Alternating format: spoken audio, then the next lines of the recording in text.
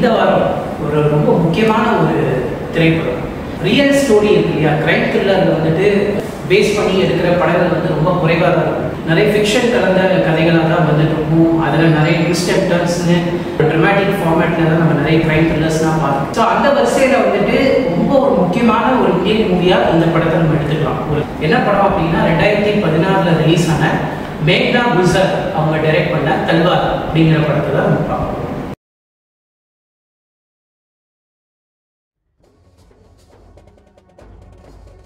தல்வார் படம் பார்த்து முடிச்சோம். படம் எப்படி இருக்கு? நல்லா இருக்கா? சூப்பராக இருக்கா? நிறைய கலாச்சாரத்தில் ஸ்க்ரீன் பண்ணேன்.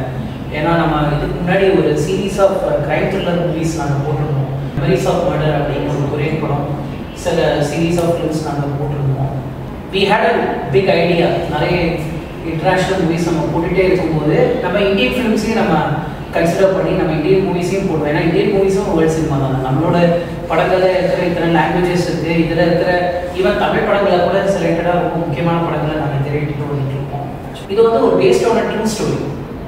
2008 அந்த நொய்டா டபுள் மர்டர் கேஸ் அப்படிங்கிற ஒரு விஷயம் நடந்துச்சு. அதில் வந்துட்டு நான் சொன்ன மாதிரி ஒரு பொண்ணோட டெத்து கிரைம் நடக்குது. அது வந்துட்டு அதே இதில் வந்துட்டு ஒரு சர்வெண்ட்டும் மர்டர் ஆகப்பட்டிருக்காரு. அவரோட டெட் பாடியும் கிடைக்குது. ஸோ இனிஷியலாக வந்துட்டு போலீஸ் இன்வெஸ்டிகேஷன் என்ன நடக்குதுன்னா, ஒரு பொண்ணோட மர்டர் அந்த சர்வெண்ட் தான் வந்துட்டு மர்டர் பண்ணிட்டு போயிருக்கான், எஸ்கேப் ஆயிட்டா அப்படின்னு சொல்லிட்டு போலீஸ் வந்துட்டு ஒரு ஃபைண்டிங் கொண்டு வராங்க. பட் அதுக்கப்புறம் கொஞ்ச நாள் அது எஃப்ஐஆர் சார்ஜ் பண்ணுறாங்க. அதுக்கப்புறம் கொஞ்ச நாள் என்ன ஆகுது அப்படின்னா, அவங்க என்ன பண்ணிட்டாங்கன்னா, அப்பாவோட மென்டலி டிஸ்டர்ப்டாக இருந்திருக்காரு. அண்ட் அவர் கொஞ்சம் தன்னோட அட்டெண்டன்ஸ் கிட்ட எல்லாத்தையும் கொஞ்சம் ஹார்ஷாக நடந்திருக்காரு. இது ஒரு விஷயம் விட்னஸாக எடுத்துக்கிறாங்க. ஒரிஜினல் கேஸ் நான் சொன்னேன். இதில் கொஞ்சம் ஒரு சில விஷயங்கள் மாற்றிருக்காங்க, லைட்டாக மாற்றிருக்காங்க. அந்த பொண்ணோட அப்பாவோட அந்த பிளட் இருக்குல்ல, அந்த இதோட டிஎன்ஏ சாம்பிள்ஸ் வந்து அவங்களுக்கு அங்கே கிடச்சிருக்கு. அந்த கோல்ஃபில் வந்து ஃபிங்கர் பிரிண்ட்ஸ் கிடச்சிருக்கு. ஸோ இவங்க என்ன டிசைட் பண்ணிட்டாங்கன்னா, இவங்க அப்பா தான் வந்துட்டு பண்ணியிருக்காரு அப்படின்னு சொல்லிட்டு ஒரு ரொம்ப தரோ இன்வெஸ்டிகேஷன் பண்ணாமல் அவங்க வந்துட்டு அந்த கேஸை வந்துட்டு ஈஸியாக வந்துட்டு மூடிட்டாங்க. ஃபர்ஸ்ட் ஒரு கொலை நடக்குது இல்லையா, இப்போ ஒரு இடத்துல கிரைம் சீன் நம்ம சொல்லுவோம். அந்த இடத்துல நடக்குதுன்னா ஒரு ஃபாரன்சிக் டீம் வருவாங்க. அவங்க அங்கே இருக்கிற எல்லாத்தையும் கிளியராக மென்ஷன் பண்ணி அட்ரஸ் பண்ணுவாங்க. அந்த இடத்துல ஒரு பிளட்கான சாம்பிள்ஸ் ஏதாவது இருக்கா, சின்ன சின்ன அதே எவிடன்ஸ் ஆஃப் டீடைல்ஸ் கலெக்ட் பண்ணுவாங்க. இது ஜெனரலாக இருக்கிற ஒரு தியரி.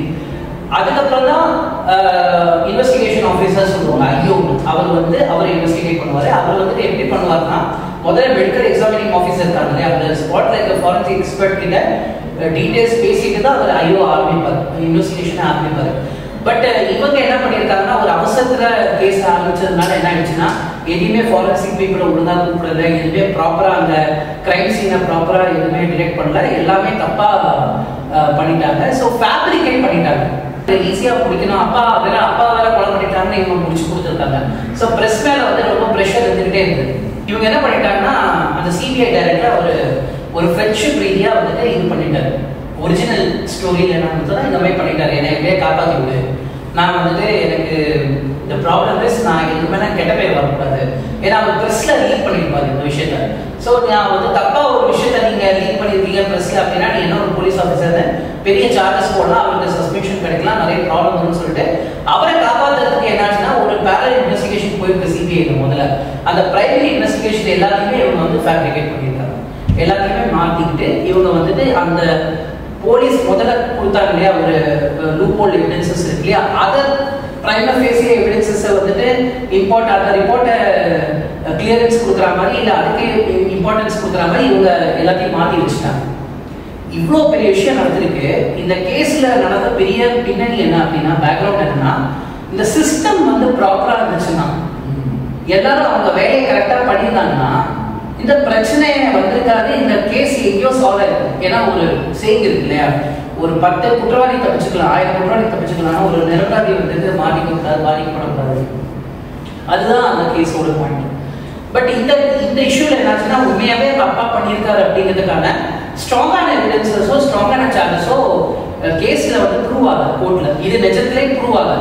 ஆனா சர்கம்ஸ்டன்ஷியல் எவிடன்ஸை வச்சு இவங்க என்ன பண்ணிட்டாங்க, 302 ஃபைல் பண்ணிட்டாங்க. 302ங்கிறது உங்களுக்கு தெரியுமா தெரியல, section 302 of Indian penal code என்ன சொல்லுது அப்படின்னா, ஒரு கிரைம் நீங்க நடக்குது அப்படின்னா அது வந்து ப்ரீ பிளான்டு மர்டர் அப்படின்னா வந்துட்டு அது 302ல போடுவாங்க சார்ஜஸ். ஸோ இன்னும் குரூவலான கேஸ்ல இந்த ஆயுஷி தல்வார் ஒரிஜினல் பொண்ணு பேரு, அந்த ஆயுஷி தல்வாரோட கேஸ் வந்துட்டு சார்ட் அவுட் பண்ண முடியாம போச்சு. ஒரு சின்ன விஷயம் தான் பாருங்களேன், அந்த மீட்டிங்ல அவர் ரிட்டையர் ஆகிறார்ல அந்த டைரக்டர், சிபிஐ டைரக்டர், அவர் ஒரு வார்த்தை தெரியாம உளறிடுது. நான் இந்த கேஸ்ல உனக்கு ஒரு பெரிய கிஃப்ட் கொடுக்க போறேன், இந்த கேஸை நான் சால்வ் பண்ணிட்டேன் அப்படின்னு. இப்போ ஆக்சுவலி அந்த கேஸ் வந்து யாரை எடுத்திருக்காங்கன்னா இவரு தான் எடுக்கணும்னு நினைச்சிட்டு இருந்திருக்காரு. பிகாஸ் அவர் ஃப்ரெண்டை காப்பாற்றணும். நான் ஏற்கனவே முடிச்சிச்சு சொல்லும் போது என்ன ஆகுது, அவரால் இப்போ ஏற்கனவே சால்வ் பண்ண கேஸ்ல அவரால் எதுவுமே சொல்ல முடியாது இல்லையா. இப்போ என்ன எடுக்கும், இப்போ அதில் சர்வெண்ட் வந்துட்டு ஃபர்ஸ்ட் வந்துட்டு இவங்க கண்டுபிடிக்கிறாங்க, சிபிஐ சர்வெண்ட் தான் பண்ணியிருக்கான் அப்படின்னு கண்டுபிடிக்கிறாங்க இல்லையா அந்த வருஷன்ல. அந்த சர்வெண்ட் தான் பண்ணா அப்படிங்கறத ப்ரூவ் ஆயிடுச்சு அப்படின்னா என்ன நடக்கும், ஒரு சின்ன லாஜிக் என்ன நடக்கும், இந்த சர்தார்ஜி போலீஸ் இருக்காருல்ல அவங்க தான் கேஸ் பண்ண சொல்லிட்டு அவரை சஸ்பெண்ட் பண்ணதுக்கு வாய்ப்பு இருக்கும். ஸோ அவருக்கு என்னன்னா ரெண்டு விஷயம், ஒன்று இந்த சிபிஐ டைரக்டர் ரிட்டையர் ஆகும்போது அவர் ஒரு கேஸை சால்வ் பண்ணிட்டாருங்கிறது அவருக்கு இன்ட்ரெஸ்ட் இல்லை, அவருக்கு அந்த கேஸை நுழைக்கணும்ன்ற ஒரு ஐடியா, ஃப்ரெண்டை காப்பாற்றணுங்கிற ஒரு ஐடியா. மூணாவது ஒரு சின்ன விஷயம், நீ எவ்வளோ காலத்துக்கு அது எப்படி செஸ் விளையாடுற மாதிரி எப்படி சதுரங்க வேட்டைதான் எப்படி நகர்த்துறா இருப்பாங்க, நீ எவ்வளோ காலம் தான் அசிஸ்டண்டாகவே இருப்ப, நீ எப்போ போலீஸ் ஆஃபீஸர், நீ எப்போ சிபிஐ ஒரு அந்த இதுக்கு இன்வெஸ்டிகேஷன் ஆக அப்படி சொல்லிட்டு இர்ஃபானோட வேலைக்கு அவனை தள்ளுறதுக்காக இவங்க கண்டுபிடிச்ச எல்லாத்தையுமே மாற்றாங்க. ஒரு உண்மைக்கு நடுவில் அதான் நம்ம சொல்லுவான், நம்ம இந்த நீதி தேவதை இருக்காங்கல்ல அவங்க கையில அந்த ஒரு ஸ்வாட் இருக்கும், அது என்னன்னா அதான் போலீஸ் தான் சொல்லுவாரு. அந்த அது வந்துட்டு துருப்பிடிச்சு போயிடுச்சு. ஏன் துருப்பிடிச்சிச்சுன்னா அதான் போலீஸ் டிபார்ட்மெண்ட் துருப்பிடிச்சிருக்கு, எல்லாமே சிஸ்டம் துருப்பிடிச்சு போயிருக்கு. அதை அழுக்காக்குறது எடுக்க வேண்டியது நம்ம கடமை, நம்ம சிஸ்டம்குள்ள நம்ம இருப்போம் நம்ம கடமை. இந்தியன் சினிமாலே பார்த்தீங்கன்னா இந்த கேஸை யாருமே கண்டுபிடிக்க முடியாது சொல்லும்போது பெரிய போலீஸ் ஆஃபீஸர் வரும்போது ஒரு பயங்கர வானத்துக்கும் பூமிக்கும் கீழேனா மேலையும் கீழேனா ஒருத்த வந்து நிற்பான். அவன் வந்த உடனே தெரியும், இவன் வந்த உடனே பயங்கரமா கேஸ் எடுக்க போவான் அப்படின்னு சொன்ன உடனே மோஸ்ட்லி அவர் கண்ணாடி கொடுத்தா அவர் ஸ்பெக்ஸ் போட்டு வருவார், ஸ்டைலாக வருவார், ஜீப்பில் வருவார். இதெல்லாம் நம்ம தமிழ் சினிமாலையும் நம்ம பார்த்துருப்போம், நிறைய இந்தியன் சினிமாலையும் பார்த்து புளிச்சு போயிடுச்சு. ஆனால் இவங்க அந்த கிரிஞ்சை உடைச்சிட்டாங்க இல்லையா. அவங்க அப்பா மேலே பழி போட்டுருக்காங்க, அவங்க அப்பா பொண்ணை எப்படிப்பா கொலை பண்ணுவாங்க, இதில் ரொம்ப தப்பாக இருக்குது, நீங்கள் இந்த கேஸை பாருங்க சொல்லும்போது ஸோ முதல் சீன்லேருந்தே இந்த கேஸ் ஏன் தள்ளப்பட்டிருக்கு அப்படிங்கிறதுக்கான சூழ்நிலை ஆரம்பிக்கும் போது அவர் மோஸ்ட்லி வெளியில தான் இருக்காரு, ஒய்ஃபோட ஒரு அண்டர்ஸ்டாண்டிங் இல்லை, சாப்பாடு வெளியே தான் சாப்பிட்றாரு. அந்த பர்மா ஃபுட் சாப்பிட்டே இருக்கும்போது தான் அவர் அந்த கேஸை பார்க்குறாரு. ஸோ அவருக்கு அவருக்கு ஒரு பர்சனல் லைஃப் இருக்கு. ஒரு சிபிஐ ஆஃபீஸர் தான் அவர் வந்துட்டு எல்லாமே அவருக்கு பர்ஃபெக்ட் கிடையாது, அவருக்கும் நிறைய இம்பர்ஃபெக்ஷன்ஸ் இருக்கு, அவர் லைஃப்லேயும் நிறைய ப்ராப்ளம்ஸ் இருக்கு. அதெல்லாம் தாண்டி அவர் அதை பார்க்க வராதுன்னு ஒரு விஷயங்கள் இருக்கிறாங்க. So the way they took the story அந்த ஸ்கிரீன் டை கொண்டு போனாங்க, அது எனக்கு பர்சனலாக எனக்கு ரொம்ப பிடிச்சிருந்தது. இந்த ராஷோன் எஃபெக்ட் அப்படிங்கிறது இந்த படத்தில் யூஸ் பண்ணது ஒரு பெரிய டெக்னிக், ஸ்கிரீன் டைக்கு ஒரு மிகப்பெரிய பலம். அது நான் லீனியர்னு சொல்லும்போது இந்த ஒரு பர்ஸ்பெக்டிவ் வருது. ஓ அப்படியா, ஃபார் எக்ஸாம்பிள் அந்த கொலை நடந்து அவங்க அப்பா கை வைக்கிறாருன்னு வருது, ஃபர்ஸ்ட் வருஷத்துல அப்பா வைக்கிறாங்க, அப்புறம் பார்த்தாக்கா அப்பா அவருடைய அந்த கடையாவோட ஃபிங்கர் பிரிண்டா, இது கூட சாதியம் இருக்குல்ல, இப்படி கூட சாதியம் இருக்குன்னு நம்ம சொல்லுவோம்ல, நம்ம டிஸ்கஸ் பண்ணுவோம்ல, அந்த மாதிரி ஒரு விஷயத்த அவங்க பண்ணது இந்த திரைக்கதைக்கு மிகப்பெரிய படம். ஆக்சுவலி இன்னும் நிறைய இருக்கு, அது ஒரு பேசுவோம். இப்போ நீங்க என்ன ஃபீல் பண்றீங்க அப்படிங்கிறத எனக்கு ஒரு கதை எழுதும்போது திருவிழா எழுதணும்னா அது வந்து நம்ம ஓன கதை எழுதணும், அது திருவிழா கஷ்டம். அந்த கதை இயல்பாகவே வந்து திரைப்படம் தான் இருக்கு, எப்படி நமக்கு தெரியல. நம்ம இப்போ நம்ம படம் பார்க்கும்போது நம்ம யோசிப்போம், இந்த கதை இருக்கும் இந்த கதை இருக்கும் நம்ம யோசிப்போம். ஆனால் வந்து நீங்கள் இயல்பாகவே அது அப்படிதான் இருக்கு. ஆனால் இது இந்த ஸ்டோரிக்கு அது சொல்லலாம் சட்டப்படி பார்த்து ஒரு எண்டு கொண்டு வரணும், இதுக்கு முடிச்சு வைக்கணும், நம்ம அப்போ எழுதின கதை நம்ம எண்ணி வைக்கணும், இதில் இருக்கிற இது வந்து கேஸை முடிக்கணும் அப்படிங்கிறதுக்காக ஒரு எண்ணிக்கை இருக்கு. நான் வந்து இயல்பாக ஸ்டோரி பார்த்தா அதில் கேஸ் முடிஞ்சு அதை வந்து எண்ணிக்கை எடுத்து படத்தில் வச்சுருக்காங்க. நம்மளோட பர்ஸ்பெக்டிவ் அது எண்டிங் இல்லை, அது கரெக்டான எண்டிங் இல்லை, இன்னும் படம் முடியல, சொல்லப்போனால் படம் முடியல அப்படியே இருக்குது.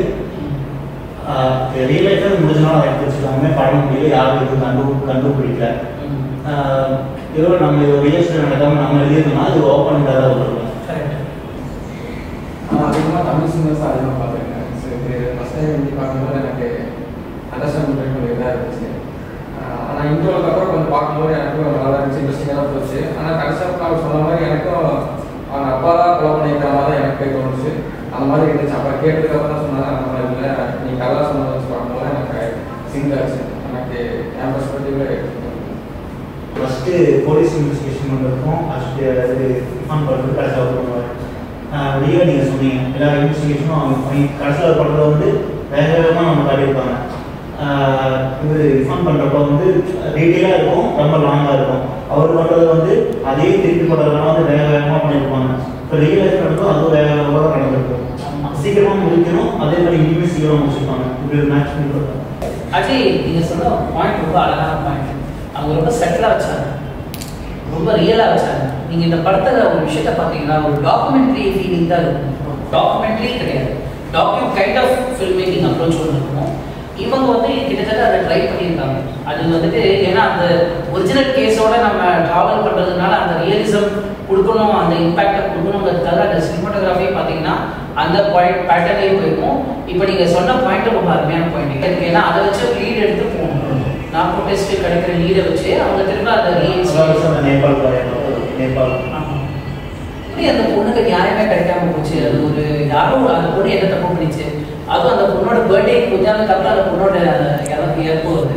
அந்த என்ன அந்த இவ்வளோ போலீஸ்காரங்க இருந்துட்டும், இவ்வளோ பெரிய ஜுடிஷியல் சிஸ்டம் இருந்துட்டும் ஒரு நீதி கிடைக்கல அப்படிங்கும் போது அதில் என்ன கூடாது நடக்கும், என்னென்ன தப்பு இருக்கு அப்படின்னு அது வந்து பப்ளிக் ஒரு லைட்டுக்கு கொண்டு வரணும்னு நினைச்சு அந்த ரைட்டர் வந்து எடுத்த ஸ்டெப் வந்து ரொம்ப பர்ஃபெக்ட் இருக்கும். ஆனால் வந்து ஆக்சுவலி இது ரியல் ஸ்டோரி அப்படியே எடுத்துருக்காங்க. படத்தில் வந்து டைரக்டர் வந்து சில விஷயங்கள் உண்மையாக சொல்லுவாங்க, நம்ம கேள்வி கேட்குற சில விஷயங்கள் சொல்லியிருக்காரு.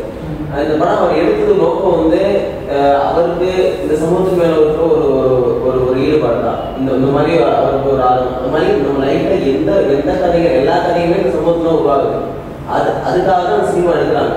ஸோ அதுக்காக எடுக்கணும், அது உண்மை தன்மையாக இருக்கணும் அப்படின்னு தான் நம்ம அவர் அந்த மாதிரி எடுத்துருக்காரு.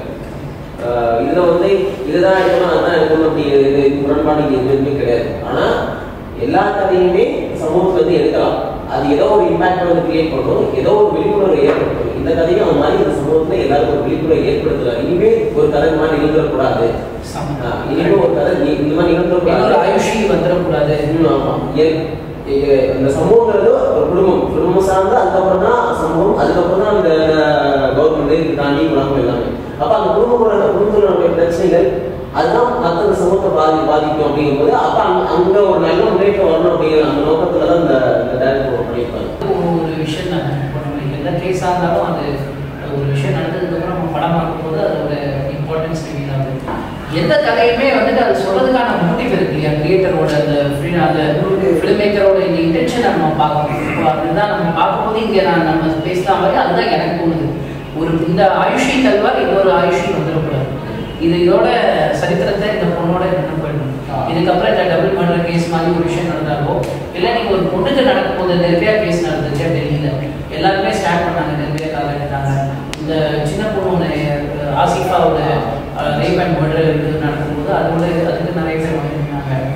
பட் இவ்வளோ நான் எடுத்து மூவிஸ் நிறைய மூவிஸ் எடுக்கிறாங்க நம்ம அரசு மூவி, அப்பயும் இதை தடுக்க முடியல.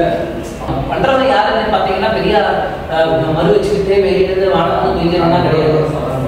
சாதாரண ஒரு ஆளு அவனுக்கு ஏற்படக்கூடிய அந்த சபலம் அது வந்துட்டு அவனை வந்துட்டு அது ரொம்ப சாதாரணமாக பண்ணிட்டு போயிடுறாங்க. அதுலேருந்து தப்பிக்கிறதுக்கு ஒரு முயற்சி பண்ணுறாங்கல்ல, அதுதான் மிகப்பெரிய குற்றம். அது தப்பிக்கிறதுக்கு ஒரு குற்றம் பண்ணதுக்கு ஒரு 10 குற்றத்தை பண்ணி அந்த மறைக்கிறதுக்காக ஒரு 10 குற்றம் பண்ணுறாங்களா, அதுதான் வந்துட்டு மிகப்பெரிய குற்றம். வந்துட்டு நீங்கள் செஞ்ச குற்றத்தை வந்துட்டு நீங்கள் மறுப்ப பார்க்குறீங்களா, அதுதான் வந்துட்டு மிகப்பெரிய கான்சிக்வன்ஸை வந்துட்டு கிரியேட் பண்ணும். எக்ஸாக்ட்லி. ஸோ அது வந்துட்டு பேசிட்டு தான் இருக்காங்க. பேசிட்டு இருந்தாலும் அது நமக்கு ஒரு அவேர்னஸை கிரியேட் பண்ணாலும் அது ஒரு ஃபில்ம் மேக்கரோட கான்டெக்ஸ்ட் என்னவா இருக்குன்னா நம்ம குழந்தைகளை நம்ம தான் ஜாகிரதையாக பார்க்கணுங்கிற மாதிரி இந்த படமும் அதே தானே. நம்ம குழந்தைகளை நம்ம தான் ஜாகிரதையாக பார்க்கணும். நம்ம ஒரு விஷயம் நடந்ததுன்னா நம்ம தான் வந்துட்டு நமக்கு என்ன வேணா நடக்கலாம், யாருக்கு வேணா என்ன ஆபத்துல நடக்கலாம்.